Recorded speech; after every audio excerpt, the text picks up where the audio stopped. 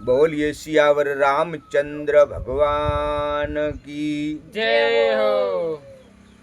ये जी मैं जंगल की हरणी अन नहीं किसी का खेत खाती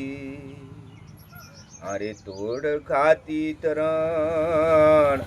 ये जी ओले दोले आग जलगी अने वश में रे गया हरण ए जी भजो मन संकट शरण तो मटे जासी जन्म मरण ए जी इंद्र तो गम घोर आयो अने मेघ आयो भरण अरे सोट पड़ गई आग बुझ गई पसे हरि उबारिया हरण ए जी भजो मन संकट शरण तो मटी जासी जन्म मरण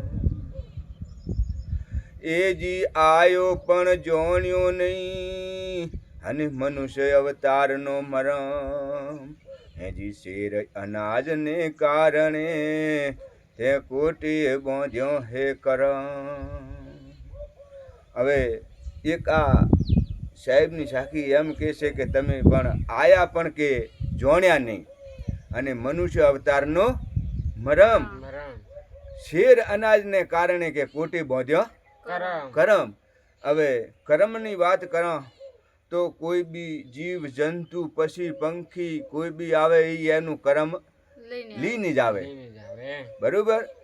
પછી આપણે કે કરમ કે આયા તો કરમ લઈને આયા છો અને જાહો તો કરમ જેવું કરશે એવું લીન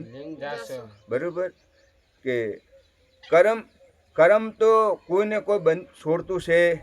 નહીં કોઈ કહેતું હોય કે બાપનું બેટો ભરે ને બેટાનું બાપ ભરે એ શબ્દ જૂઠું પોતે પોતાનું ભરવું પડે કોઈ કોઈમાં કોઈ જાય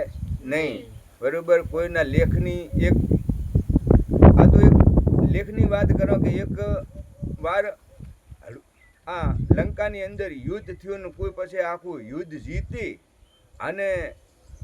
આખી સભા ભરણી હેંગ હનુમાનજી ને બીજા દેવી દેવતાની જેતરા સુગ્રીવ ને બીજા જેતી હતા એટલે રોમને અહીંયા સભા ભરણી અને વાત થઈ અને વાતમાં ચર્ચા નીકળી કે ભાઈ આ તો કે વિધાતાના કે લેખ કે લખવાના કે વિધાતાના લેખથી કે થયો એટલે કે હનુમાનના હાથે કે આખી નગરી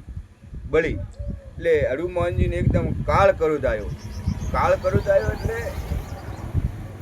કે મારા હાથથી કે આ બધું કૃત્ય કે કેમ થયું હું એક રોમનો ભગત હતો એક સાચો એમના ચરણનો દાસ હતો પણ કે આ મારા હાથથી કેમ કૃત્ય થયું કોઈ મને ખબર પડી નહીં એટલે આંદોલન એવી વાત થઈ એટલે પોતાની વિધાતાની વાત કરીને પોતાને એમ મગજમાં થયો કે મારે વિધાતા પાસે જવું પડે પોતે હનુમાનજી ગયા વિધાતા પાસે હવે વિધાતા જેવી બેઠી હતી ને એટલે હનુમાનજી કોઈ બોલ્યા નહીં અને જાતે કરીને એમના પાસે ગદા હતી એટલે ગદાથી સીધો ઘા કર્યો બરો બે ગદા એમને ઘા કર્યા વિધાતા વિચાર કર્યો કે મારા કસૂરની કારણ કહું આમાં હનુમાનજી મને પૂછ્યું નહીં ડાયરેક્ટ મને બે ગદાના ઘા કરી નાખ્યા પણ કોઈ નહીં તો એ ઊભી રહી અને પૂછ્યું કે હનુમાનજી બોલ્યા કે વિધાતા તે મારા લેખ કેમ આવા લખ્યા કે કેવા બાપુ એને નમસ્કાર કરીને કે બોલો ને બાપુ કેવા મેં તારા કે લેખ લખ્યા તો કે આ મારા હાથથી જ કેમ આખું નગરી